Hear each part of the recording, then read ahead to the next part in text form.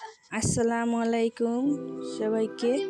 আশা করি আপনারা সবাই ভালো আছেন। আজকে আমি আপনাদের জন্য খুব সহজ একটা রান্না দেখাবো।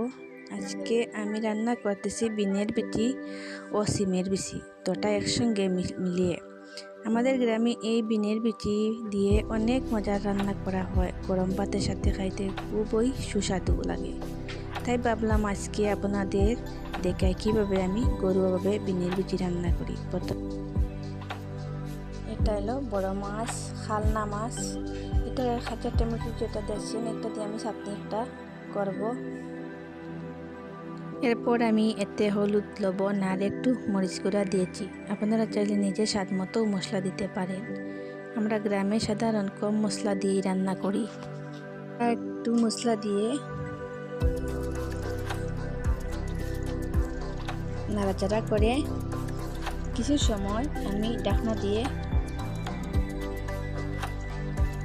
ঢেকে দিব। এখন আমি এতে একটু পানি দিয়েছি যাতে বিচিগুলি ভালো করে সিদ্ধ হয়। তারপর ঢাকনা দিয়ে কিছুক্ষণ রান্না হতে দিচ্ছি। বিনের বিচি আর সিমের বিচিটা এখন সিদ্ধ হয়ে গেছে। এখন আমি মাছ আর টমেটো দিয়ে দিব।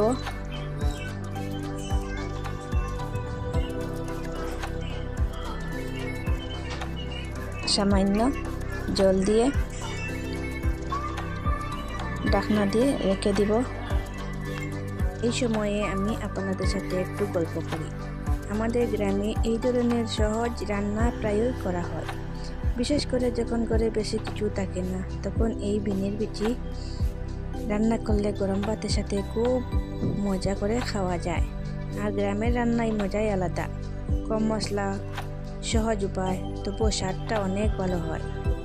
এখানে দেখুন ধীরে ধীরে বিনের বিচিগুলি প্রায় হয়ে গেছে। রান্নাটা দেখতে খুব সুন্দর লাগতেছে, গন্ধ খুব ভালো আসতেছে।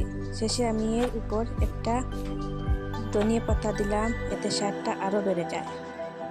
এটা যদি ভালো লাগে তাহলে লাইক করবেন, কমেন্ট করবেন আর আমার চ্যানেলে একটা সাবস্ক্রাইব করতে ভুলবেন না। সবাই ভালো থাকবেন, সুস্থ